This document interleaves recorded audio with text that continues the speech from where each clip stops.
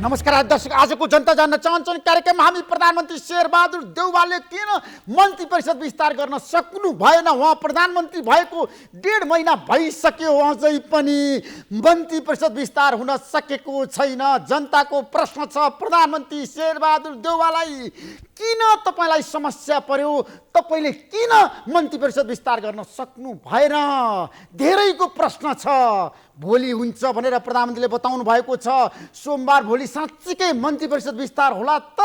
दलहरूको बीचमा साँच्चीकै सहमति भयो त? गठबन्धनका शीर्ष नेताहरूको बैठक आज बालुवाटारमा बसेको थियो र बैठकमा सहमति भएको नेताहरूले बताएका छन्, तर मन्त्रालयमा अझै पनि कुरा मिलेको छैन। मन्त्री छान्नको लागि नेताहरूलाई धौधौ परेको छ, हम्बे परेको छ, धेरै गाह्रो छ। सकसमा हुनुहुन्छ प्रधानमन्त्री शेरबहादुर देउवा। जनताले धेरै अपेक्षा गरेका छन् सरकारसँग, तर सरकारले काम गर्न सकेको छैन। जनचाहना अनुसार मन्त्रालयमा मन्त्री छैन, जनताको काम हुँदैन, सचिवले कुनै पनि महत्त्वपूर्ण निर्णय गर्न सक्नुहुन्न। सिंहदरबार यतिखेर खाली छ, सुनसान छ। त्यसैले आजको कार्यक्रममा हामी यसबारेमा गएर समीक्षा गर्दैछौँ। प्रधानमन्त्रीलाई के समस्या पर्यो, के अप्ठ्यारो पर्यो? नेपाल कम्युनिस्ट पार्टी एमाले फुटिसकेको छ। माधवकुमार नेपालले नेपाल कम्युनिस्ट पार्टी एकीकृत समाजवादी गठन गरिसक्नु भएको छ। उहाँ संविधानको नेता पनि आज बन्नु भएको छ। अनि प्रधानमन्त्रीलाई के समस्या पर्यो? जसमा फुटिसकेको छ। महन्त ठाकुर लोकतान्त्रिक समाजवादी पार्टीको अध्यक्ष बनिसक्नु भएको छ। अनि प्रधानमन्त्रीलाई के समस्या पर्यो? प्रधानमन्त्रीसँग बहुमत छ, अनि प्रधानमन्त्रीलाई मन्त्री छान्न किन गाह्रो भयो? के कारणले उहाँ समस्यामा आज रुमलिरहनु भएको छ, अल्मलिरहनु भएको छ? त्यसैले आजको कार्यक्रममा हामी यसबारेमा विशेष रूपमा चर्चा गर्दैछौँ। देशभरि बाढी पहिरो गइरहेको छ, डुबान छ मधेसमा जताततै, अनि जनता यतिखेर समस्यामा छन्, पीडामा छन्, दुःखमा छन् र अस्तव्यस्त छ। बाढी पहिरो र डुबानको कारणले त्यतातिर सरकारको ध्यान गएको छैन। किन जान सकेन? गृहमन्त्री बालकृष्ण खाँले भन्नुभएको छ, जनताको जीवन रक्षा गर्न कुनै पनि कसर बाँकी राखिँदैन। तर जनताहरू यतिखेर अझै पनि ठुलो समस्यामा छन्, पीडामा छन्। मैले बारम्बार भनेको छु र धेरै समस्याले हाम्रो देश ग्रस्त भइरहेको छ। त्यतातिर प्रधानमन्त्रीको ध्यान जानु पर्यो, प्रधानमन्त्रीले छिटो कदम चाल्नु पर्यो। तपाईँलाई अब कुनै समस्या छैन। बहुमतको प्रधानमन्त्रीलाई अब छिटोभन्दा छिटो पार्टीभित्र पार्टी बाहिर सबै शक्तिलाई मिलाएर लिएर जानुपर्छ। आन्तरिक द्वन्द्व छ सबै पार्टीमा। त्यसैले आजको कार्यक्रममा हामी यसबारेमा गएर समीक्षा गर्दैछौँ। र माधवकुमार नेपालले अब मन्त्रीको नाम कहिले दिनु होला, उपेन्द्र यादवले कहिले दिनु होला, प्रचण्डले कहिले दिनु होला? यहाँहरू तीनैजनालाई मेरो आग्रह छ, प्रचण्ड, माधव नेपाल र उपेन्द्र यादवलाई अब छिटोभन्दा छिटो मन्त्रीको नाम दिनुहोस्। मन्त्रालयमा तपाईँहरू झगडा गरेर नबस्नुहोस्। अब कुन मन्त्रालय पाइन्छ? मालवाला मन्त्रालय नखोज्नुहोस्, जनताको सेवा गर्ने मन्त्रालय खोज्नुहोस्, जनताको काम गर्ने मन्त्रालय खोज्नुहोस्, पैसा कमाउने मन्त्रालय नखोज्नुहोस्। मेरो आग्रह छ नेताहरूलाई पनि, अब फलानु मन्त्रालयमा गयो भने पैसा कमाउन पाइन्छ, भ्रष्टाचार गर्न पाइन्छ भनेर नसोच्नुहोस्। जनतालाई तपाईँहरू साक्षी राखेर जनताको समस्या समाधान गर्न हिम्मत गर्नुहोस्, साहस गर्नुहोस्। तपाईँलाई जनताले मौका दिएका छन्, यो मौका नगुमाउनुहोस्, मेरो आग्रह छ। त्यसैले आजको कार्यक्रममा हामी यसबारेमा गएर समीक्षा गर्दैछौँ। र आज हामी नेपाली कङ्ग्रेसको बारेमा पनि भन्न चाहन्छौँ। नेपाली कङ्ग्रेसलाई पनि महाधिवेशन लागेको छ। कङ्ग्रेसका नेताहरू यतिखेर आन्तरिक द्वन्द्व र विवादमा रुमलिरहेका छन्, अल्मलिरहेका छन्। र कङ्ग्रेसका शीर्ष नेताहरू यतिखेर सभापतिको आकाङ्क्षीको रूपमा धेरैले मैदानमा आएर उम्मेदवारी घोषणा गरिसकेका छन्। र शेरबहादुर देउवाले म फेरि पनि सभापति बन्छु भनेर उहाँले घोषणा गरिरहँदाखेरि विमलेन्द्र निधिले उहाँलाई चुनौती दिनुभएको छ। गोपालमान श्रेष्ठले पनि चुनौती दिनुभएको छ र भन्नुभएको छ हामी दुवै सभापति उम्मेदवार दिन्छौँ भनेर विमलेन्द्र निधि र गोपालमान श्रेष्ठले घोषणा गरिसक्नु भएको छ भने रामचन्द्र पौडेलले पनि उम्मेदवारी घोषणा गर्ने सम्भावना बढेको छ। उहाँ साझा उम्मेदवार बन्न चाहनुहुन्छ। उहाँको समूहबाट साँच्चीकै उहाँ साझा उम्मेदवार बन्नु होला त? शशाङ्क कोइराला, शेखर कोइराला, अर्जुन सिंह केसी, रामशरण महत, प्रकाशमान सिंहको उहाँलाई समर्थन होला त? आजको कार्यक्रममा हामी यसबारेमा गएर समीक्षा गर्दैछौँ। र आज हामी प्रदेश सरकारको बारेमा कुरा गर्न चाहन्छौँ। प्रदेश सरकार पनि सङ्कटमा, प्रदेशका मुख्यमन्त्रीहरू पनि सङ्कटमा काम गर्न सकेका छैनन्। जताततै भ्रष्टाचार बढेको छ, त्यतातिर अख्तियारको ध्यान जाओस्, मेरो आग्रह छ। भ्रष्टाचार रोकथाम र नियन्त्रणको लागि अख्तियार दुरुपयोग अनुसन्धान आयोगले गम्भीर भएर कदम चाल्नै पर्छ। आजको कार्यक्रममा हामी यसबारेमा पनि विशेष रूपमा चर्चा गर्दैछौँ। र आज हामी नेपाल कम्युनिस्ट पार्टी एमालेका नेताहरूको प्रतिक्रिया पनि तपाईँहरूलाई सुनाउन चाहन्छौँ, देखाउन चाहन्छौँ।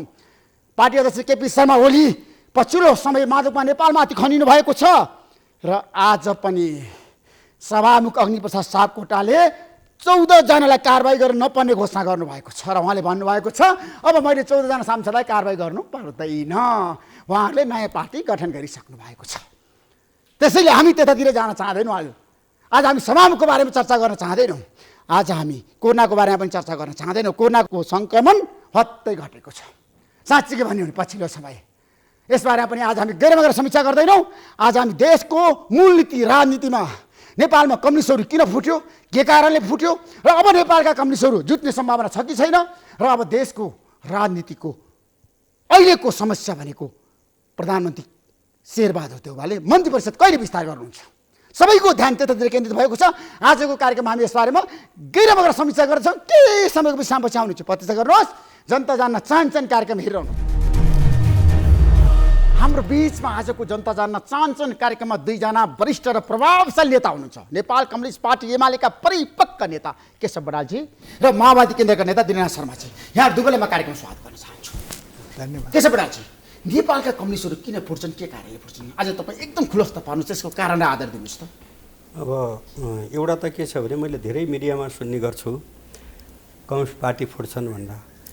सबै पार्टी फुटेका छन् र नेपाली कङ्ग्रेस 5 सालमा स्थापना भएको, नेपाल कम्युनिस्ट पार्टी 6 सालमा स्थापना भएको। नेपाली कङ्ग्रेस तपाईँ तुलसी गिरीको थिए, अनि त्यसपछि चाहिँ थापाजीको थिए, यी तमाम चौधरीजीको हुनुहुन्थ्यो, महासचिवका महासचिव भएका मान्छे पनि पार्टी छोडेर गएका छन्। 38 सालमा त अब चाहिँ 38 इत्यादि भनेर अलग भयो। अब अघिपछि अब शेरबहादुरजीको पार्टी र अब गिरिजाबाबुको पनि फुट्यो। त्यसले गर्दा पार्टी जुटेका पनि छन्, फुटेका पनि छन्। नेपाल कम्युनिस्ट पार्टी एमालेमा अहिलेसम्म अब सुरुदेखिको अब हिसाब गर्दाखेरि भन्ने हो भने 35-40वटा समूह एकीकृत पनि भएको छ।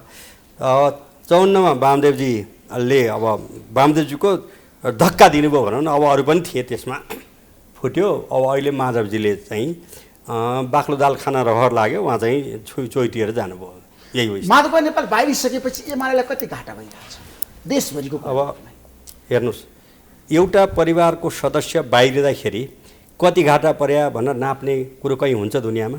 त्यसले गर्दाखेरि चाहिँ एकजना मान्छे गए पनि त्यो क्षति हुँदैन भन्ने म भन्दिनँ। तर नेकपा एमालेको जुन रफ्तार छ, गति छ, अगाडि बढ्ने कुरो छ, त्यसबारेमा मलाई प्राप्त भएको अब म चाहिँ देशका सबै भाग र सबै अब करिब 2637वटा गाविसमा चाहिँ धेरै पहिलेदेखि नै गएको त्यहाँ भने फोन गर्छन्। त्यसले गर्दा आधार कमजोर भएको छैन। तर क्षति हुन्छ कि हुँदैन भन्ने कुरो त एउटा आमाको सन्तान अब 12वटा भए पनि एकजना बित्दाखेरि पीडा हुँदैन, हुन्छ नि त। त्यस्तै अब पार्टी छोडेर गएपछि त पार्टीको परिवारको हिसाबले त उहाँहरू अब पार्टी बाहिरिनु भयो नि त। त्यसले गर्दा अब नोक्सान हुँदैन भन्ने म भन्दिनँ। तर नेकपा एमाले यो देशको राष्ट्रिय स्वाधीनताको पक्षमा, राष्ट्रिय एकताको पक्षमा, राष्ट्रिय समृद्धिको पक्षमा, समाज उन्मुख अर्थतन्त्र निर्माण गर्ने पक्षमा र श्रमजीवी वर्गको मुक्ति खातिर अगाडि बढ्ने काममा नेकपा एमाले विगतमा भन्दा पनि तेज गतिका साथ, जाँगरका साथ अगाडि बढ्छ। तर आज माधव नेपालले भन्नुभएको छ एमालेबाट अब धेरैले विद्रोह गर्दैछ, देशभरिका कार्यकर्ताहरू, सांसदहरू, उहाँले भने सभाको उहाँले भनेका प्रतिनिधिहरू, स्थानीय तहका, उहाँले भनेको कुरो कति पत्याउने भन्ने कुरो त मैले भन्नुपर्छ र होइन? मैले भन्नुपर्छ र होइन? अब उहाँसँग जम्मी चाहिँ वेदुराम भुषालजी लिएर जानुभएको छ होइन, थाई समितिबाट। अब त्यो विषयलाई अब मैले किन त्यो अन्यथा ढङ्गले शब्द प्रयोग गर्ने? त्यसले गर्दा उहाँले आफैमाथि सबभन्दा ठुलो त माधवजीले मेरो 38 वर्ष एउटै कमिटीमा बसेर काम गरेको नेता हुनुहुन्छ माधव नेपाल, झलनाथ खनाल, केपी ओली त पछि मात्रै अब जेलबाट बाहिर आउनुभयो, वामदेव गौतम, उहाँहरूसँग मेरो 38 वर्ष लगातार काम गरे हो र सँगै एउटै कमिटीमा बसेको 38 वर्ष थोरै मान्छे हुन्छन् होला काम गरेको। त्यसले गर्दाखेरि चाहिँ अब उहाँले आफैमाथि बहुत ठुलो अन्याय गर्नुभयो, त्यसपछि राष्ट्रमाथि अन्याय गर्नुभयो र श्रमिक जनतामाथि अन्याय गर्नुभयो। सबभन्दा बढी भनेको उहाँले आफैमाथि अन्याय गर्नुभयो र यो गम्भीर त्रुटि गर्नुभएको छ र एक दिन गएर उहाँले फिलिङ गर्नुहुन्छ। दिनेश शर्माजी, तपाईँले हेर्नुभएको छ नेपालमा कम्युनिस्टहरू चिराचिरा भएको र फुटेको र जुटेको भने। अब नेपाल कम्युनिस्ट पार्टीको खारेजी अदालतले गरिदियो, ऋषि कटरलाई जिम्मेवारी दियो, आधिकारिकता दियो। त्यसपछि एमाले र माओवादी केन्द्र बिउथ्यो र एमाले पनि फुटेको छ, त्यसमा प्रचण्डको हात छ भनेर केपी शर्मा ओलीले बारम्बार भन्नुभएको छ। तपाईँ के भन्नुहुन्छ? अब ओलीजीले त के भन्नुहुन्छ के भन्नुहुन्न त्यो आफ्नो ठाउँमा छ। प्रतिनिधि सभा विघटन गरेपछि मैले ओलीजीलाई पार्टीको अध्यक्षको हैसियतले, नेपाल कम्युनिस्ट पार्टीको अध्यक्षको हैसियतले, प्रधानमन्त्रीको हैसियतले जहिलेसुकै सम्मान गर्दै आएँ। पार्टी विभाजन भएपछि मलाई धेरै दुःख लाग्यो। अर्थात् पार्टी विभाजन हुनुभन्दा पहिले संसद विघटन गरिसकेपछि मलाई धेरै दुःख लाग्यो। मैले उहाँसँग भेटेँ, सौहार्दपूर्ण रूपमा चाहिँ कुराकानी पनि भयो। कमरेड, तपाईँले चाहिँ ठुलो गल्ती गर्नुभयो, दुईवटा। तपाईँले संसद विघटन गर्नुभयो, यसले पार्टी विभाजन भयो। पार्टी विभाजन भयो, सिङ्गो कम्युनिस्ट आन्दोलनलाई यसले ठुलो धक्का दियो। त्यसकारण यो काम गर्न हुन्थेन। अब मैले तपाईँलाई जुन प्रकारको सम्मान गर्छु, व्यक्तिगत रूपमा त हाम्रो केही पनि छैन, तर वैचारिक रूपमा तपाईँले जुन चाहिँ गल्ती गर्नुभयो, यो गल्ती इतिहासले चाहिँ समीक्षा गर्छ, यो सानसुने गल्ती होइन। त आखिरी के भयो त भन्दाखेरि संसद विघटन भयो। संसद विघटन भइसकेपछि पार्टी नेपाल कम्युनिस्ट पार्टी जुन स्पिरिटका साथ, जुन उद्देश्यका साथ, जुन लक्ष्यका साथ सम्पूर्ण कम्युनिस्टहरूलाई एकताबद्ध गर्ने भनेर चाहिँ हामीले त्यत्रो प्रयत्न र मेहनत गऱ्यौँ र त्यसैमा चाहिँ जनताहरूले विश्वास गरे। प्रचण्डको पनि चलखेल भयो नि त, केपी शर्मालाई असहयोग गर्ने, सरकारबाट हटाउने धेरै षड्यन्त्र त उहाँले पनि रच्नु भयो नि।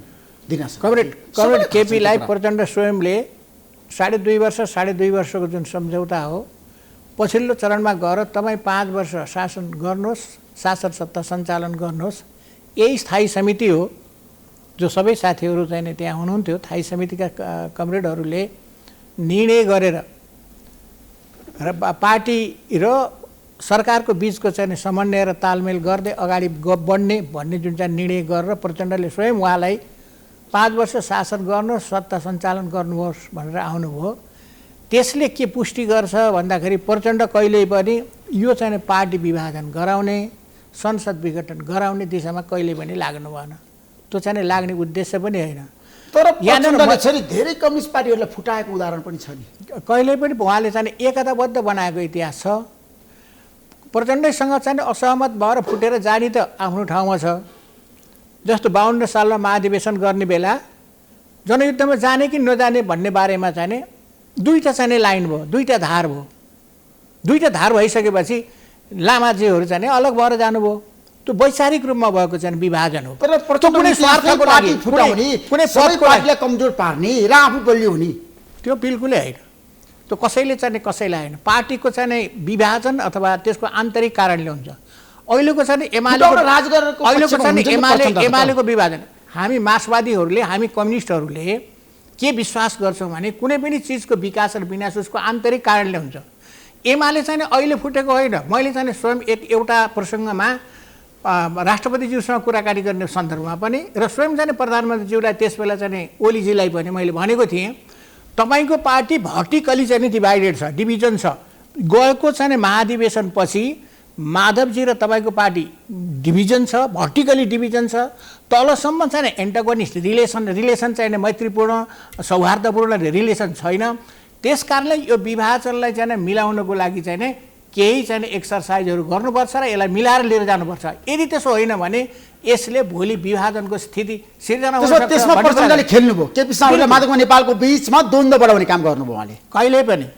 कहिले पनि प्रचण्डले चाहिँ खेल्ने काम गर्नु भएन। खेल्ने काम गरेको भए ओलीजीलाई 5 वर्ष शासन सत्ता सञ्चालन गर्नुहोस्, मिलेर चाहिँ काम गर्नु, हामीले चाहिँ पार्टीलाई पनि मिलाएर लिएर जाउँ र सरकारलाई पनि चाहिँ टिकाएर लिएर जाउँ भन्ने कुरा कहिले पनि गर्नुहुन्थेन। त्यसो बेला तपाईँको पार्टी फुटाउन प्रचण्डको हात छैन। आज खुलस्त पार्नुहोस् त। अब तपाईँले जसरी सोध्नुभएको छ मैले त्यसै गरी जवाफ दिनुपर्छ भन्ने छैन।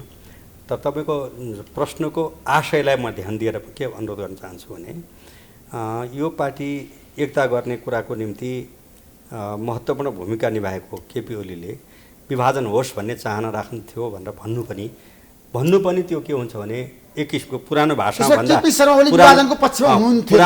भन्दा त्यो पाप लाग्ने विषय हो। नयाँ भाषामा भन्दाखेरि चाहिँ राजनीतिक रूपले इमान्दारीपूर्वकका अभिव्यक्ति होइनन् भन्ने कुरो बुझ्नुपर्छ।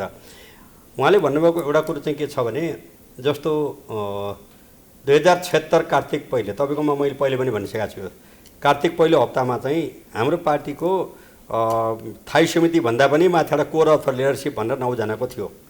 त्यसमध्येमा 5 जना बसेर अब उहाँहरूले संविधानलाई राम्रोसँग हेर्न भ्याउनु भएर रहन्छ। त्यतिखेर त्यो मैले जानकारी पाए अनुसार राष्ट्रपतिलाई हटाउने र फलानालाई राष्ट्रपति बनाउने, प्रधानमन्त्री हटाउने र फलानालाई प्रधानमन्त्री बनाउने, पार्टी अध्यक्ष हटाउने गर्ने इत्यादि भयो।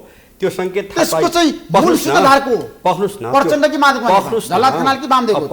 अब मेरो कुरो सक्न दिनु भयो भने राम्रो हुन्छ र त्यो भइसकेपछि त्यो सङ्केत हामीले पाइसकेपछि मैले पनि अलिअलि प्रयत्न गरेँ, धेरैले प्रयत्न गर्नुभयो र उहाँले भन्नुभएको जस्तो चाहिँ 76 मङ्सिर 4 गते उहाँले के भने बाँकी प्रधानमन्त्रीको कार्यकाल केपी ओलीले सञ्चालन गर्ने कार्यकारी अध्यक्षको रूपमा चाहिँ उहाँले भूमिका निभाउने भनेर अगाडि बढ्यो। त्यसपछि चाहिँ मङ्सिरको 29 गतेबाट पुस 6 गतेसम्म थाइसनको बैठक बस्यो। म त सचिवालयमा त म थिइनँ, थाइसनको बैठक त मैले कहिले पनि छोडेको छैन र थाइसनको बैठकमा त्यहाँ राम्रोसँग चल्यो पनि। त्यसपछि माघमा केन्द्रीय कमिटीको बैठक भयो। 17वटा समूह बनेको थियो र समूहले प्रस्तुत गर्दाखेरि भनेको राज्यको सरकारको सर्भिस डेलिभरीमा बढी ध्यान दिनुपर्छ, आलोचनाका विषय छन्, तर बाँकी त्यो हटाउनुपर्छ भन्ने थिएन र त्यसले 77 चैत 25-29 गते महाधिवेशन गर्ने भनेर तोक्यो। तर त्यसपछि यो विभाजनको क्रम कहाँबाट अगाडि बढ्यो भनेपछि त्यो उहाँले भन्नुभयो के भन्दाखेरि मङ्सिरमा त्यो अध्यक्ष प्रचण्ड, अध्यक्ष केपी ओली लगायतका सबै थाई समिति, केन्द्रीय कमिटीको सबैको सहमति हो।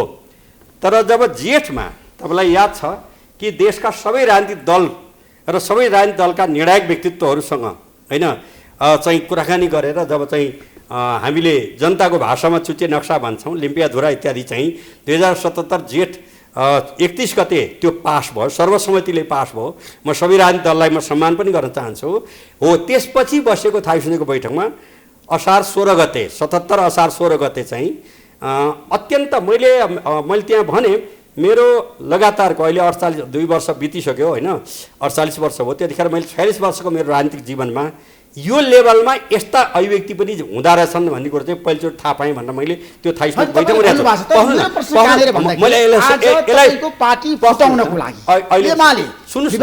मैले जुन पोइन्टमा भन्न खोजेको छु त्यसलाई पुरा गर्न दिनुहोस्। जस्तो त्यतिखेर चाहिँ अब असाध्यै अमर्यादित अशिष्ट भाषामा प्रचण्ड कमिटीले आजै अध्यक्ष र प्रधानमन्त्री हट्नुपर्छ भन्नुभयो। त्यसपछि भाषा आफ्नो आफ्नो फरक होला, त्यही टोनमा माधवले बोल्नुभयो, त्यही टोनमा जैनले बोल्नुभयो, त्यही टोनमा भामदेवले बोल्नुभयो, त्यही टोनमा नारायण काजीले बोल्नुभयो। यतिजनाले बोलिसकेपछि अध्यक्ष केपी ओलीले के भन्नुभयो भने तपाईँहरूको मनसा मैले बुझेँ, त्यसले गर्दाखेरि चाहिँ केन्द्रीय कमिटीले 77 चैत 25-29 गते महाधिवेशन गर्ने भनेको छ। तपाईँहरूको यो हिसाबले चाहिँ त्यति पर जाने स्थिति देखिएन, मङ्सिरमै महाधिवेशन गरौँ। त्यसो भए र अध्यक्ष को बन्नियो मानसिक रूपमा तपाईँहरू चाहिँ तयारी गर्नुहोस्, प्रधानमन्त्री को बन्नियो अर्को आम चुनाव पछिको निम्ति सोचाइ बनाउनुहोस्, अहिलेदेखि बनाउनु पर्छ भनेर उहाँ हिँड्नुभयो। हिँडेपछि थाई समितिको त जारी थियो। घटना यो यसरी भएको छ, त्यसले गर्दाखेरि यी सब चिजलाई छोपछाप गरेर यसको पछाडि ग्रान्ड डिजाइन छ थाई समितिमा त यी सबै।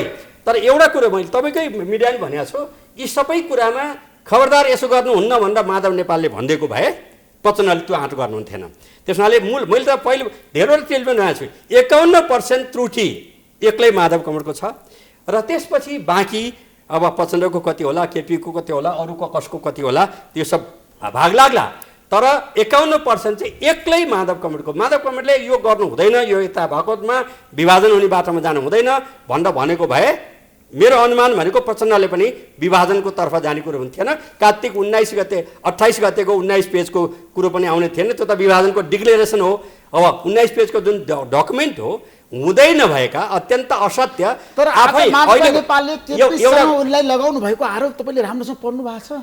पढ्नै पर्दैन। म आँखा देखाहाल 44 साल पछि त केपी ओलीसँग एउटै कमिटीमा जेलबाट बाहिर आएपछि त्योभन्दा पहिले 38 वर्ष यिनै अब के अरे वामदेव गौतम अनि अब जयन खनाल, अब माधव नेपाल, उहाँहरूसँग त लगातार 38 वर्षसँगै काम गरेको मान्छे भएको हुनाले उहाँहरूको चाहिँ उहाँको घर परिवार गायत्रीजीलाई भन्दा पनि बढी मलाई थाहा छ। माधव नेपाललाई भन्दा पनि बढी तपाईँलाई थाहा छ? बढी मलाई थाहा छ। चाहिँ सुखका बेलामा, दुःखका बेलामा, अप्ठ्यारा बेलामा, हामी आज कुरोको चुरोमा आइपुग्यौँ। हाम्रो देशको राजनीतिको कुरा गर्दाखेरि प्रचण्ड जसरी चलखेल गर्न सिपालु हुनुहुन्छ नि त होइन देशको राजनीतिमा, यसपटक एमाले फुटाउन सफल हुनुभयो नि, त्यो कुरा तपाईँ स्वीकार्नुहुन्छ नि? यो एमाले मैले चाहिँ एमाले नफुटोस् अथवा नेपालका कुनै पनि राजनीतिक दलहरू नफुटुन् भन्ने पक्षको मान्छे हुँ। मैले पहिला नेकपा नफुटोस् भनेर चाहिँ धेरै प्रयत्न गरेँ, धेरै मेहनत गरेँ। त्यहाँभित्र जस्तो उहाँले चाहिँ भने जस्तै शर्माले भन्नुभएको छ प्रचण्डको भूमिका छ एमालेलाई विभाजन गर्न। विभिन्न उहाँले त चाहिँ आरोप चाहिँ झुटो आरोप लगाउनु भयो। उहाँले चाहिँ किनभने पहिला कुरा के हो भने अहिले माधवका नेपालको निवासमा प्रचण्ड कति पटक जानुहुन्छ भन्नुहोस् त? को कसको निवासमा पहिला जानुहुन्थ्यो कोटेश्वरमा प्रचण्ड? पहिला चाहिँ तपाईँले भन्नुहोस्, तपाईँको कुरा तपाईँले भनिराख्नुहोस् अनि त्यसपछि हामीलाई चाहिँ बोल्नै नदिनुहोस्। यदि होइन भने तपाईँले जुन प्रश्न सोध्नुभएको छ मैले त जवाफ दिन त पाउनु पऱ्यो नि। जवाफ दिनुहोस् तपाईँ। मैले जवाब दिनु पऱ्यो होइन। जस्तो मैले अगाडि नै भने एउटा प्रश्न, कुनै पनि चिजको विकास र विनाश उसको आन्तरिक कारणले हुन्छ, बाहिरी कारण सहयोगी मात्रै हो। यदि त्यस्तो किसिमको केही रहेछ भने प्रचण्डको चाहिँ कारण रहेछ भने त्यो सहयोगी विमग्रह जुन चाहिँ गौण हो त्यो महत्त्वहीन हो। एउटा चाहिँ प्रश्न। दोस्रो प्रश्न के हो भने हामी त असाध्यै ट्युर स्पिडमा नेपालमा एउटै कम्युनिस्ट पार्टी बन्नुपर्छ भन्ने स्पिरिटका साथ हामी एकताबद्ध भएको। ओलीजीले चुनावलाई मात्रै केन्द्रमा राखेर प्रधानमन्त्री हुने उद्देश्य राख्नु भएको रहेछ। हामीले चाहिँ नेपाल कम्युनिस्ट पार्टीलाई एकताबद्ध गर्ने भनेर हो। खालि प्रधानमन्त्री बन्ने यता नितान्त चाहिँ एउटा चाहिँ पवित्र उद्देश्यका साथ हामीले चाहिँ एकताबद्ध हामी चाहिँ मिलेर जाने, सम्पूर्ण कम्युनिस्टहरूलाई एकताबद्ध गर्ने, एउटा शक्तिशाली चाहिँ कम्युनिस्ट पार्टी नेपालमा चाहिँ निर्माण गर्ने भन्ने असाध्यै चाहिँ पवित्र उद्देश्यका साथ हामी चाहिँ आएका थियौँ। र पछिल्लो चरणमा पनि जब पार्टी चाहिँ फुटको विभाजनतिर चाहिँ जाने स्थिति देखा पर्यो त्यो बेला मिलाएर लिएर जानुपर्छ। नेताहरूले चाहिँ निषेध गर्नु हुँदैन कसैलाई पनि। एउटाले अर्कोलाई निषेध गर्ने चाहिँ जुन चाहिँ नीति हो निषेध गर्नुपर्छ भनेर चाहिँ जुन प्रकारको चाहिँ अभिव्यक्ति र सोचहरू आउँछन्, चाहे माधवजीतिरबाट आउन्, चाहे चाहिँ ओलीजीतिरबाट आउन्, चाहे प्रचण्डतिरबाट आउन्, त्यस प्रकारका चाहिँ अभिव्यक्तिहरूले हामीलाई चाहिँ गलत ठाउँमा पुर्याउँछ, हामीलाई चाहिँ विभाजनको चाहिँ दिशातिर पुर्याउँछ। त्यसैतिर जानु हुँदैन। हामी त सबैका कुराहरू सुन्नुपर्छ र निषेध गरेर जानुहुन्न, एक कुरा। दोस्रो महत्त्वपूर्ण कुरा भन्दैछु मैले, तपाईँले सुन्नुहोस्। नेपाली जनतालाई यो कुरा जानकारी हुनुपर्छ र हामी चाहिँ राजनीति गर्ने मान्छेहरूले पनि थाहा पाउनुपर्छ कि नेता भनेको त्यही हुन्छ, राष्ट्रिय नेता भनेको त्यही हुन्छ जसले राष्ट्रिय समस्याको समाधान दिन सक्छ। ओलीजीले राष्ट्रिय समस्याको समाधान दिन सक्नु भएन। संसद विघटन गर्नुभयो, पार्टीलाई चाहिँ फुटाउनु भयो, नेकपालाई फुटाउनु भयो र एमाले स्वयंलाई चाहिँ फुटाएर यो चाहिँ प्रश्न चाहिँ उठ्यो। र यो अर्कालाई चाहिँ दोष दिएर हुन्न, किनभने नेता त्यही हुन्छ जसले निर्णायक रूपमा चाहिँ समस्याको समाधान दिन्छ। समाधान दिन नसक्ने र समस्या सिर्जना गर्ने, राष्ट्रिय समस्या सिर्जना गर्ने व्यक्ति कुनै पनि नेतृत्व चाहिँ हुँदैन। नेतृत्व त्यसलाई भन्न सकिन्न, स्वीकार गर्न सकिन्न। हामीले अपेक्षा गरेका थियौँ समस्या सिर्जना गर्नुभयो, केपी शर्माले समाधान गर्न सक्नु भएन। ओलीजीले त्यसमा चाहिँ जिम्मेवार अरू नेता पनि होलान्, एक्लै चाहिँ उहाँ मात्रै हुनुहुन्छ भन्ने होइन। तर प्रधानमन्त्री सबभन्दा राष्ट्रको चाहिँ सर्वोच्च कुर्सीमा पनि, पार्टीको चाहिँ सर्वोच्च कुर्सीमा पनि उहाँ बसेका कारणले गर्दाखेरि सबभन्दा ठुलो जिम्मेवारी उहाँको छ। त्यसपछि अरू सोपानक्रम अनुसार हामी सबैको पनि होला, द्याट इज अनदर थिङ। तर एउटा कुरा के हो भने ऋषिजी, म पनि नेता हुने थिएँ। मैले चाहिँ समस्याको समाधान दिन सकेको भए म नेता हुने थिएँ। एउटा राष्ट्र नेता भनेको त्यही हुन्छ जसले राष्ट्रिय समस्यालाई चाहिँ ठिक ढङ्गले हल गर्न सक्छ, समस्याको समाधान दिन सक्छ। तर पछिल्लो चरणमा हाम्रा नेताहरू कसले दिएनन् भन्ने कुरा जनताले मूल्याङ्कन गरेको छ। राष्ट्रिय नेता चाहिँ को बन्यो को बनेन भन्ने कुरा पनि इतिहासले चाहिँ बताएको छ। केपी शर्माले देशको समस्या समाधान गर्न सक्नु भएन, पार्टी फुटाउनु उहाँले भन्नु। नजरिया अपने अनि आफ्नो नजर हो। म अहिले दिनानाथजी एउटा साहित्यकार पनि हो, जेनरल मान्छे पनि हो। म उहाँसँग चाहिँ उहाँसँग सवाल जवाफ गर्न धेरै चाहन्न।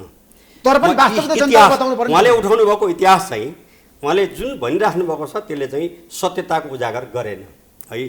त्यस हुनाले धैर्यतापूर्वक सुन्नुहुन्छ भने म भन्छु, योभन्दा पहिले पनि केपी ओली प्रधानमन्त्री हुनुभएको थियो र माओवादी र नेकपा एमालेको चाहिँ संयुक्त सरकार थियो र त्यतिखेर चाहिँ जतिखेर चाहिँ महाभूकम्पले 10 खर्बको क्षति भएको यो देशमा अनि 9,000 मान्छे मरेको, 24,000 घाइते भएको अवस्था थियो। त्यसपछि अब चाहिँ नाकाबन्दीबाट 15 खर्बको राष्ट्रको आर्थिक क्षति भयो। त्यो बेलामा चट्टान जस्तै उभिएको र जमानादेखि राष्ट्रले ट्राई गरिरहेको चीनसँग चाहिँ व्यापार पारमान सन्धि गर्ने कुरा, अब चीनसँग जब व्यापार पारमान सन्धि भयो त्यसपछि आफ्नै पार्टीका जिम्मेवार नेताहरू 9वटा मन्त्रालय छानी छन्, तर अविश्वासको प्रस्ताव राखेर त्यसको डिटेल हेर्नु हो भने आफ्नै पार्टीका सदस्यलाई आरोप लाएर अविश्वास हटाउनु भयो। अहिले पनि के भयो भने मैले अघि भने डिटेल भन्ने तपाईँसँग समय छैन। 2077 जेठ 31 गते चुच्चे नक्सा पास भयो। त्यसपछिको बैठकमा कुनै पनि हालतमा दुईटा पार्टी एकता भएको छ, एकताको कुनै रुङ्गो टुङ्गो छैन। एकजना पार्टीसित मैले 28 बैठक भनेको छु। तपाईँहरू कति वैधानिक हुन्छ? हरेक वर्ष जेलभित्रको सेलमा हुँदाखेरि पनि सिधाबाट कटाएर पार्टी संस्था शुल्क तिर्नुपर्छ, नवीकरण गर्नुपर्छ। तपाईँहरू कति वर्ष भयो नवीकरण नभएको भनेर 28 बैठकमा मैले भाग लिएको छु। त्यहाँ 28 भएका सबैले सुन्नुभएको छ भने हेर्नु होला, मैले त्यो भनेको छु। अब त्यसले गर्दा चाहिँ त्यस्तो अवस्थामा के पनि भएको छैन। एकताको कुनै प्रोसेस अगाडि बढेको छैन, केन्द्रको बाहेक कहीँ केही भएको छैन। तर चाहिँ दुवै पदबाट आजै हट भनेर त्यो उत्तेजनात्मक भाषामा उहाँले जे भाषा प्रयोग गर्नुभयो, ऋषिजी म यो सार्वजनिक ठाउँमा भन्नै सक्दिनँ। त्यति उत्तेजनात्मक, त्यति आक्रामक, त्यति घिनलाग्दो र त्यो मैले अघि बताइसकेँ भनेको त्यहाँबाट सुरु भयो। त्यतिखेर 5 जना अब उहाँहरूले बोलिसकेपछि केपी ओली हिँड्नुभयो। तपाईँलाई हतार भएको रहेछ, मौसिरमै महाधिवेशन गरौँ, जिम्मा को लिनु भयो उहाँ हिँड्नुभयो। त्यसपछि मैले त्यहाँ 28 बैठकमा भनेको, अहिले हेरिराख्नु होला, सुनिराख्नु होला। होइन यो मेरो 46-47 वर्षको राजनीतिक जीवनमा यो लेभलमा यस्ता भाषा पनि प्रयोग हुन्छन्, यस्ता अभिव्यक्ति पनि दिन्छन् भन्ने कुरो जीवनमा तत्त्वज्ञान मलाई आज मात्रै भयो। र यस्तो सचिवालयसँग 73वटा चाहिँ सचिवालयको बैठक कसरी धाने होला केपी ओलीले, मलाई केपी ओली हिँडिसक्नु भएको थियो, अरू बाँकी हुनुहुन्छ, प्रचण्ड कमरेडले नि हेरिराख्नु भएको छ, उहाँ हुनुहुन्छ। र यो हो स्थिति, त्यहाँबाट हो। त्यति मात्रै नभएर तपाईँ 19 पेजको शेरबहादुरजी र प्रचण्डजीको संयुक्त सरकार भएको बेलामा एमसिसी सम्झौता हुन्छ, ज्ञानेन्द्र बहादुर हस्ताक्षर गर्ने, परराष्ट्र मन्त्री अब महराजी उहाँहरू हुनुहुन्थ्यो। अनि त्यसपछि चाहिँ वाइट बडी भनेको चाहिँ जीवनबहादुर शाही हुम्लाको, उहाँ पर्यटन मन्त्री हुँदा उहाँहरूकै संयुक्त सरकारको बेलामा निर्णय हुन्छ। अनि त्यो सबै दोष पनि 19 पेजकोमा चाहिँ केपीमाथि हमला गरेका छ। अनि त्यो हमला गरेको पनि सही हो, त्यही ठिक हो र गल्ती केपीको मात्रै हो भनेर कोही भन्नुहुन्छ भने मैले उहाँलाई भनेको छैन है। कोही भन्नुहुन्छ भने असत्यको बाटोमा हिँड्नेको कुनै गुन्जाइस हुँदैन। मैले जे बोलेको छु इतिहासमा कुनै पनि तथ्य प्रमाण बाहेक मैले एक शब्द पनि बोलेको छैन। इतिहास साक्षी छ। त्यसो भए प्रचण्डकै कारणले एमाले अथवा नेपालको कम्युनिस्टहरू टुटफुटमा गए, विभाजनमा गयो। पहिलो कुरा त केशवजीको भनाइअनुसार ठ्याक्कै व्याख्या गरेर भन्नुहोस्। होइन, पहिलो कुरा त प्रचण्डले जथाभावी बोल्ने चाहिने शैली नेपाली मिडियामा, नेपाली जनताको बिचमा आफ्ना आफ्ना शैली हुन्छन्। म कस्तो बोल्छु, ऋषिजी कस्तो बोल्नुहुन्छ, हाम्रो चाहिने बडालजी कस्तो बोल्नुहुन्छ, ओली कमरेड कस्तो बोल्नुहुन्छ, प्रचण्ड कमरेड कस्तो बोल्नुहुन्छ भन्ने कुरा दुनियाँले बुझेको छ, थाहा पाएको छ राष्ट्रिय अन्तर्राष्ट्रिय रूपमा। प्रचण्डले गाली गलौजको भाषामा तथा नाम त्यस्तो किसिमको अशिष्ट अमर्यादित बोलेको अहिलेसम्म सायद न सार्वजनिक मिडियामा न चाहिँ कुनै पार्टीको, किनभने मैले 20 वर्ष 21 वर्ष र त्योभन्दा पहिला 39 सालदेखि नै निरन्तर रूपमा चाहिँ सङ्गत गरेर आएँ। वैचारिक रूपमै कुरा गर्ने, सैद्धान्तिक रूपमै कुरा गर्ने, व्यावहारिक रूपमै कुरा गर्ने, तर कहिल्यै पनि अशिष्ट अमर्यादित निषेधको त्यस्तो किसिमको भाषा प्रचण्डले प्रयोग गर्नु भएको छैन, प्रयोग गर्नु भएन होला भन्ने लाग्छ। किनभने त्यो त बैठकमा म थिइनँ। अब त्यही दिनको बैठकमा मात्रै उहाँले त्यस्तो किसिमको चाहिँ कुरा भन्नुभएको रहेछ भने त्यो किन त्यसरी चाहिँ बोल्नुभयो मलाई थाहा छैन, एक कुरा। दोस्रो कुरा, उहाँ त्यति बोलेका कारणले, अशिष्ट अमर्यादित शब्द बोलेका कारणले नै फेरि चाहिँ अन्यथा गरेर जानुपर्छ भन्ने कुरा पनि हुन्थेन। उहाँ कमरेड केपीले संसद विघटन गर्नुभन्दा पहिला मेरो भेट भएको थियो। तपाईँको कुराकानी भएको थियो, लामो कुराकानी तपाईँलाई थाहा छ। त्यो बेला चाहिँ मैले कमरेड केपीलाई के भनेको थिएँ भने, कमरेड तपाईँसँग चाहिँ संसदमा बहुमत मेरो छैन भनेर चाहिँ डर छ भने 12-14 जनाको चाहिँ तपाईँलाई खाँचो हो।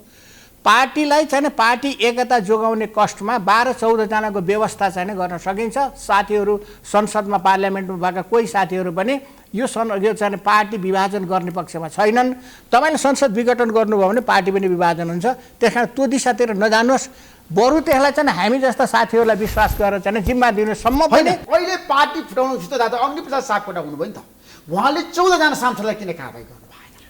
त्यो चाहिँ प्रश्नहरू उठाउनु भएको छन्। केपी शर्माले त्यो चाहिँ- गम्भीर आरोप लगाउनु भएको छ, मेरै अन्तर्वाद भई जनता जान चाहन्छन् कार्यक्रममा।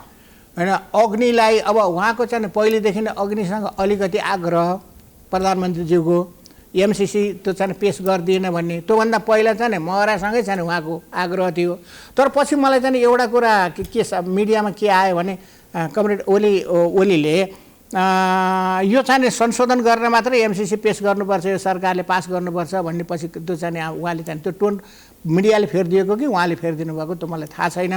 तर पहिलेदेखि नै एमसिसीको बारेमा चाहिँ पहिलेदेखि नै प्रश्न उठेको थियो। केपी शर्मा ओलीको द्वन्द्व विवाद सुरुदेखि नै हो। सुरुदेखि भनेको उहाँले चाहिँ एमसिसीबाटै उहाँहरूको चाहिँ बिचको चाहिँ द्वन्द्व भयो। अब अग्नि सापकोटामाथि तपाईँहरू किन खनिनु भएको छ पछिल्लो समय? तपाईँको पार्टीको केन्द्रीय समिति खनिएको छ। अब अग्नि सापकोटा सभामुख हो कि प्रचण्डजीको चाहिँ निर्देश पालक मात्रै हो?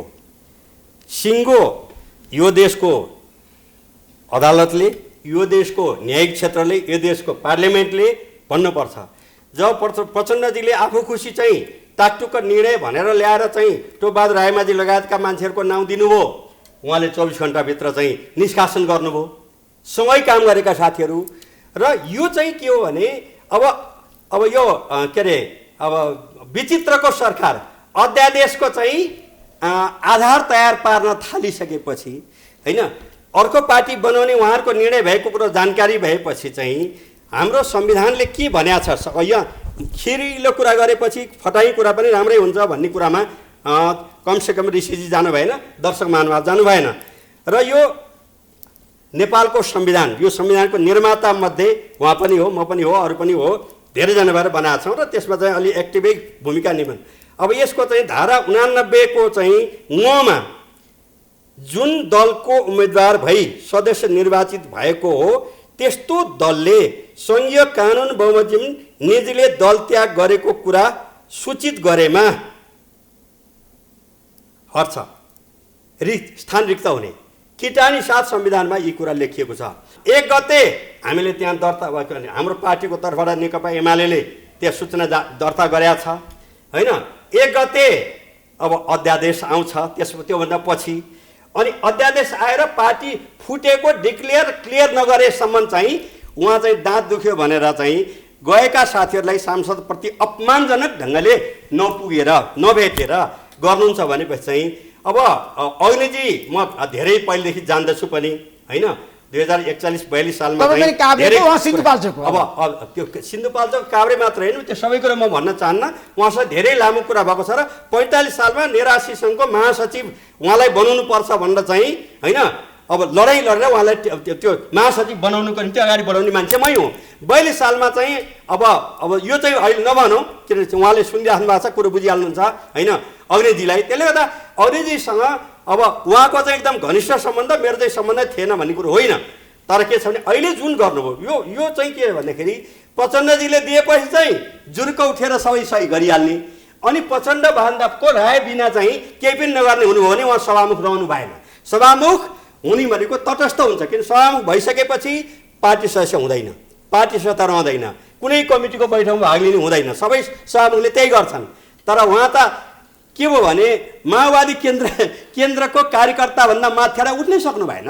त्यसले गर्दा यो कुरोलाई यो बडो गम्भीर विषय हो, यो सामान्य होइन। बहस जारी छ होइन। आज सभामुखले भन्नुभएको छ 14 जनालाई मैले कारबाही गर्नु पर्दैन अब, किन भन्दाखेरि उहाँहरूले दल खोलिसक्नुभयो। नेपालले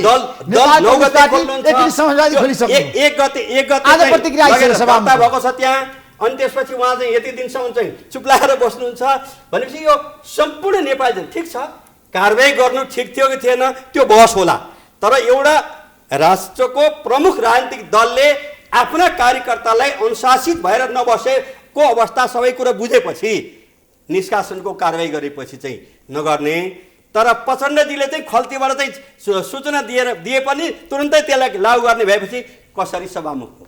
जसरी अदालतले जसरी चाहिँ फल अब पुरै चाहिँ त्यो कहाँ कसले लेखेर ल्याएको त्यो आएर गरेका छ, त्यो त अदालतको फैसला पनि आउँदा दिनमा चाहिँ इतिहासले चाहिँ त्यो आज केपीले दण्डित गर्दाखेरि चाहिँ धेरै मान्छेलाई आनन्द भएको होला। धेरै म भन्दिनँ, 3 करोड भन्दा लगभग 2 करोड 90 लाख मान्छेलाई त चित्त बुझ्या छैन, तर केही मान्छेलाई चित्त बुझ्या होला उफ्री पाफ्री गर्ने मान्छे। अग्निको भूमिका पूर्वाग्री हो दिनाज शर्माजी, अब यो ठ्याक्कै भन्नुहोस् है। यो विषय चाहिँ एमाले फुटाउनु भएको पनि हात देखियो।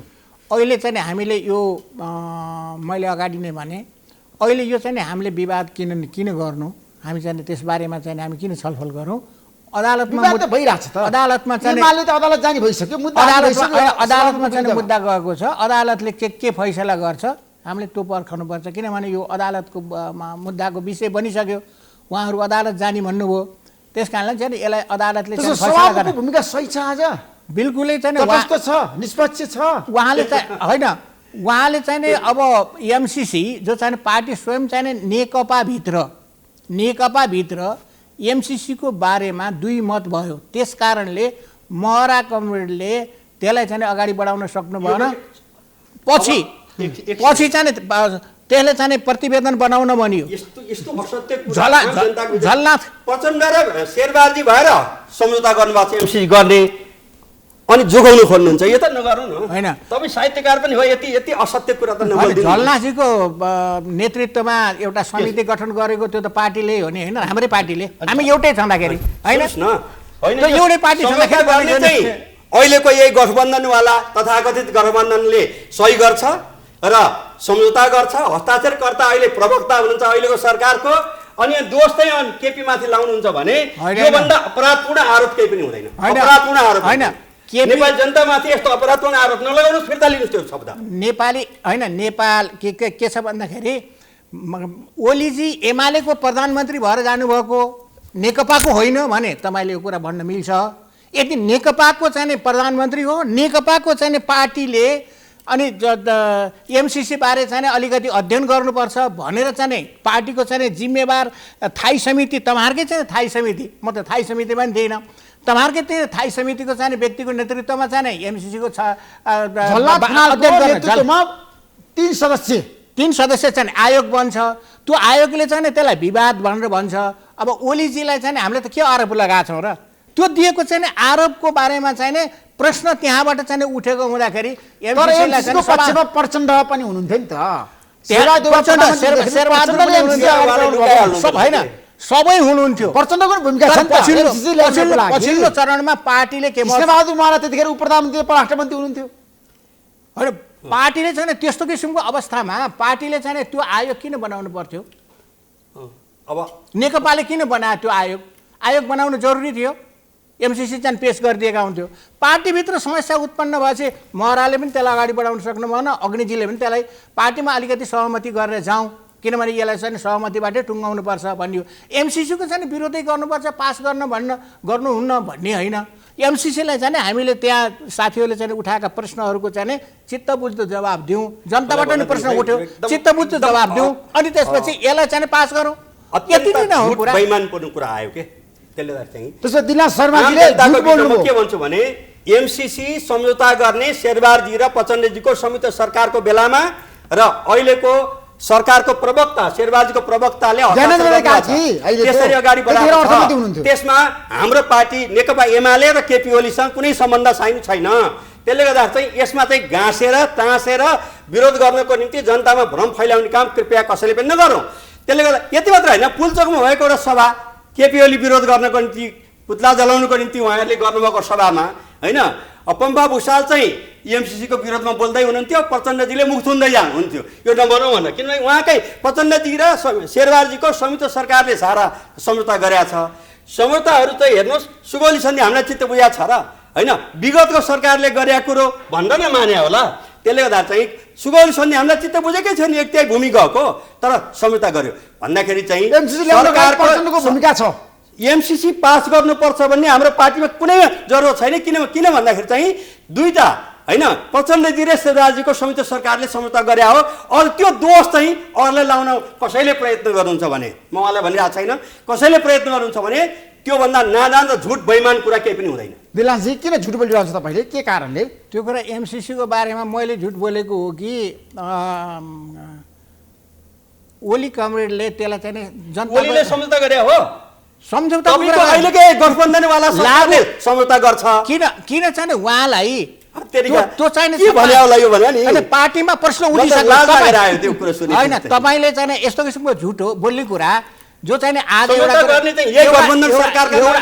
दोष लाउने होइन त्यसलाई पास गर्नु प्रश्न चाहिँ तपाईँहरूले उठाउनु भएको होइन। तपाईँ थाई समितिले झलनाथको अध्यक्षतामा चाहिँ यसलाई अलिकति संशोधन गर्नुपर्छ भनेर तपाईँले भन्नुभएको होइन। तपाईँहरूले चाहिँ नि झलनाथको अध्यक्षतामा चाहिँ 3 सदस्यीय समिति गठन गरिदिने अनि त्यसपछि पार्टीमा सहमति गरेर मात्र एमसिसी अगाडि बढाऊ भनेर भन्ने। हुनुहुन्थ्यो समितिमा सबैलाई थाहा छ। अनि उहाँहरूले नै फेरि के भन्ने, अहिले उहाँहरूले नै के भन्ने भन्दाखेरि एमसिसी चाहिँ नि किन उहाँहरूले पास गरेको चिज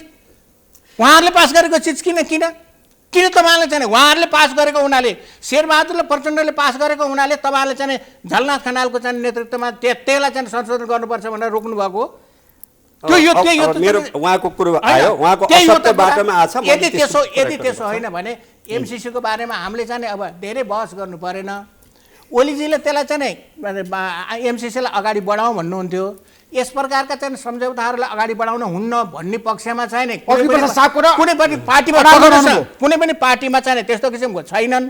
तर चाहिँ अग्निजीहरूले अथवा महराजीले पार्टीभित्र सहमति गरेर ल्याउँ, किनभने पार्टीभित्रै चाहिँ सहमति डाइभर्ट गर्न खोज्दै हुनुहुन्छ कि हुँदैन उहाँ कुरातर्फ लगेर। यो बिल्कुलै नभएको होइन नि। तपाईँले चाहिँ के कुरा गर्नुहुन्छ, तपाईँसित किन हामी चाहिँ ततामम गर्नु पर्यो। यथार्थ जे छ जनताको अगाडि इतिहास जे छ, तपाईँहरूले जे निर्णय गरेर आउनुभयो, जे कुरा चाहिँ भयो त्यो कुरा चाहिँ यथार्थ चाहिँ जनताले देखिरहेका छन्। किन मैले झुटो बोलेर पनि हुँदैन, मैले झुटो बोल्ने कुरा नै आएन।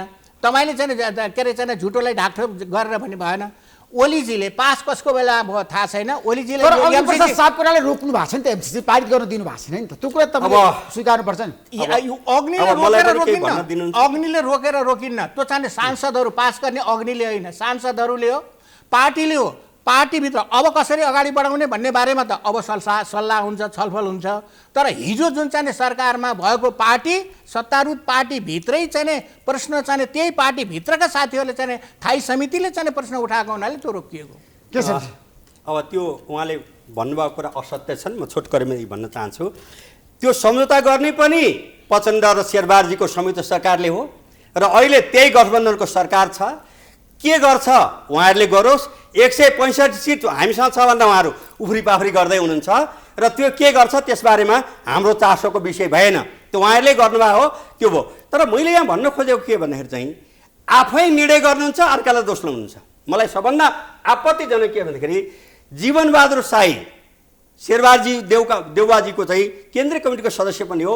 उहाँको बेलामा वाइड बडी सम्झौता हुन्छ, त्यो कार्तिक 28 गते बुझाएको चाहिँ 19 पेजकोमा चाहिँ अब वाइड बडीको बारेमा पनि केपीमाथि हमला गरेका छ। अनि सम्झौता गर्नुहुन्छ ज्ञानेन्द्र बहादुर कार्कीजी लगायतका महाराजी उहाँहरूले गर्नुहुन्छ, त्यो पनि केपी ओलीमाथि आरोप लाउनुहुन्छ। त्यसले गर्दा कृपया दिनानाथजी समेत सबै आफूले निर्णय गर्ने त्यही सरकार छ अहिले पनि। अनि त्यो विषयमा अर्कालाई दोष लगाएर पन्सिन खोज्ने जस्तो चाहिँ अत्यन्त अपवित्र विचार व्यक्त नगर्नको निम्ति म निवेदन गर्न चाहन्छु। त्यस्तो होइन। अब त्यसले गर्दा चाहिँ अब कसको के भन्ने विषयमा त यो त पुल्चोकको सभामा साझा दुनियाँले देखा छ होइन। एमसिसी खारिज गर भनेर चाहिँ पम्फाजी लगायतले नारा लाउँदै हुनुहुन्थ्यो, प्रचण्डजीले मुख थुन्न जानुभएको थियो। अनि यो दुनियाँले देखा छ नि, यो मैले भनिदिनुपर्छ र। अनि यस्तो कुरालाई पनि टालटुल नगरौँ कमरेड। हुनुहुन्छ प्रचण्ड, किन महराजी परराष्ट्र मन्त्री हुनुहुन्थ्यो, ज्ञानेन्द्र कार्की चाहिँ अब अर्थमन्त्री हुनुहुन्थ्यो, हस्ताक्षर गर्ने उहाँहरू हो। यस प्रकारका सहयोगहरू हाम्रो चाहिँ मित्र राष्ट्रसँग अन्तर्राष्ट्रिय दात्री संस्थाहरूबाट लिन हुन्न भन्ने चाहिँ सैद्धान्तिक रूपमा कसैको कुनै पनि पार्टीको चाहिँ निर्णय छैन।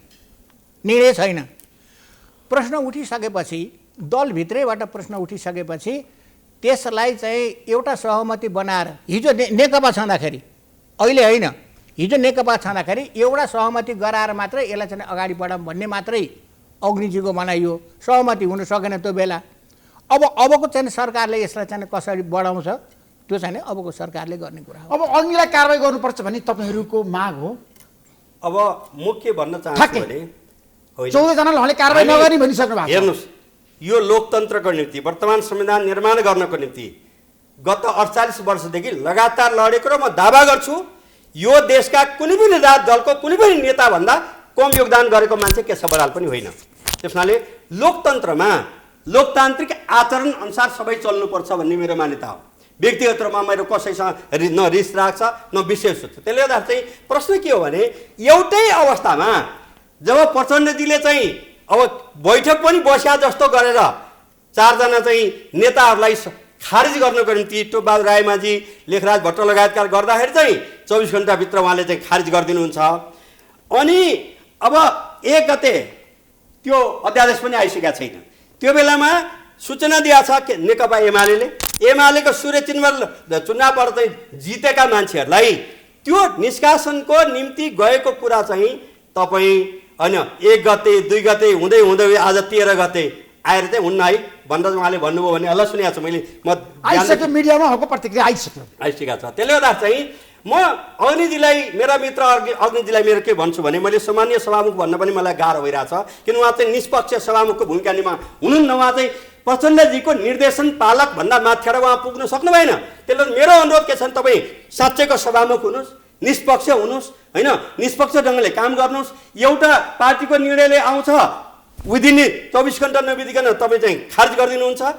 अर्कोले अब विधिवत रूपमा बैठक बसेर निर्णय गरेर आउँछ, त्यसलाई चाहिँ तपाईँ अस्वीकार गर्नुहुन्छ भने तपाईँ सभामुख हुन सक्नु भएन। किन सभामुख र न्यायाधीश भनेको चाहिँ निष्पक्ष हुनुपर्छ। अब तपाईँ निर्वाचन आयोग अदालत विरुद्ध पनि जानु भएको छ, तपाईँ निशानै छ नि अहिले त। तपाईँहरूको पक्ष निर्णय आइसकेपछि विरोध गर्ने एमालेको त प्रचलन नै हो नि, प्रविधि नै हो नि। ठिक छ, अहिले एमाले विरुद्धमा धेरै खनिएका छन्, खनिउन्, तर नेकपा एमाले विधिको शासनमा विश्वास गर्छ, संविधानलाई विश्वास गर्छ, संविधान सम्मत ढङ्गले सिंह राष्ट्र चल्नुपर्छ भन्नेमा राख्छ। त्यस हुनाले निष्पक्षता, तटस्थता लोकतन्त्रको चाहिँ मूल पक्ष हो। अलोकतान्त्रिक ढङ्गले गरिएका क्रियाकलापहरूलाई स्वीकार गर्न सक्दैन। सभामुखको चाहिँ दोहोरो चलित देखियो नि, किन भन्नुहोस् त, के कारणले बताउनुहोस्। एउटा प्रश्न जस्तो टोपबहादुरजीहरूको प्रश्न उठ्यो।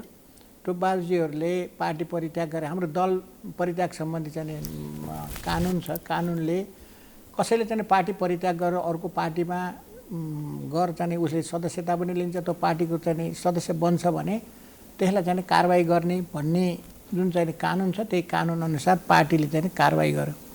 त्यही पनि मैले त आजको भोलि भनेर उहाँले भन्नु राष्ट्रिय सभामा मैले सूचना दिने भनेर राष्ट्रिय सभामा आएको हाम्रो चन्द्रबहादुर केसी चाहिँ खड्का, चन्द्रबहादुर खड्का अर्घाखाँचीको हुनुहुन्थ्यो। उहाँको त 1 महिनापछि मात्रै मैले चाहिँ के गरेको थिएँ भन्दाखेरि त्यो चाहिँ सूचना पठाइदिएको थिएँ। त्यसकारण अब अहिले चाहिँ पछिल्लो चरणमा होइन मैले राष्ट्रिय सभाको होइन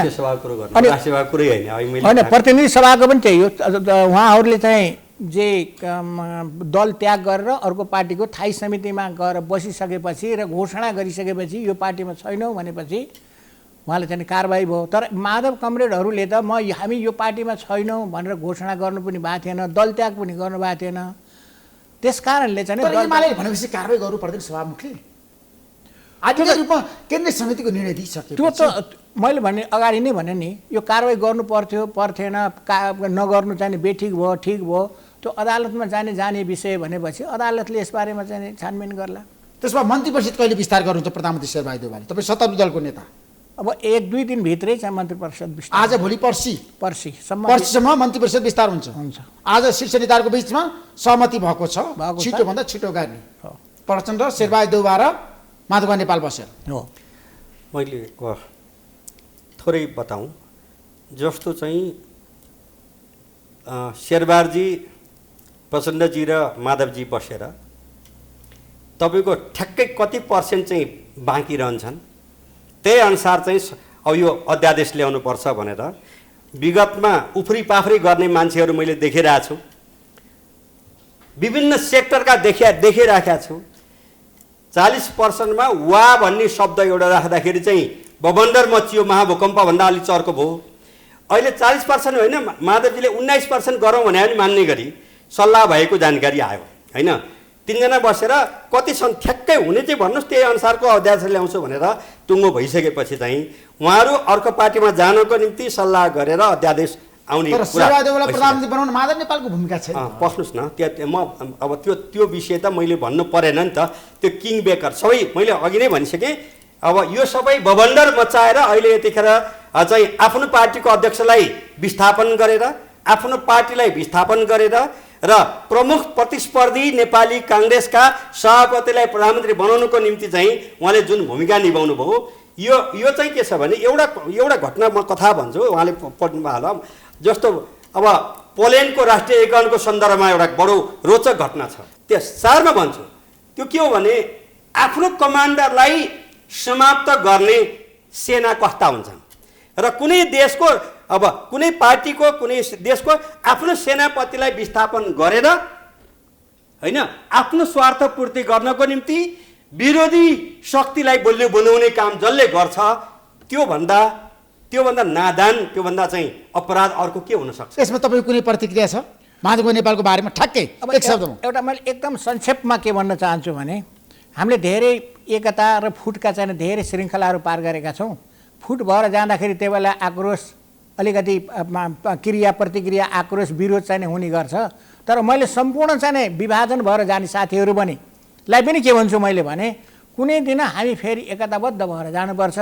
त्यसकारण चाहिँ हामीले कसैलाई पनि अनावश्यक चाहिँ आरोप प्रत्यारोप चाहिँ नलाऊ, एकताबद्ध हुने वातावरण वैचारिक चाहिँ कुरा गरौँ, सैद्धान्तिक कुरा गरौँ, एकताबद्ध हुने चाहिँ वातावरण सिर्जना गरौँ। यो चाहिँ महत्त्वपूर्ण प्रश्न हो। मैले यति कुरा भन्न चाहेँ। अब खोटपूर्ण र अपराधपूर्ण काम गर्ने पक्षले त्यसो भन्नु स्वाभाविक हो। इतिहासले यसलाई नयाँ ढङ्गले चाहिँ यो स्थितिमा आफ्नो कमान्डरको विरुद्धमा आफ्नो सेनाहरू जानु मिल्छ कि मिल्दैन भन्ने बारेमा तय गर्ला। Thank you so much. यहाँहरू दुवैलाई धेरै धेरै धन्यवाद दिन चाहन्छु कार्यक्रममा आइदिनु भयो।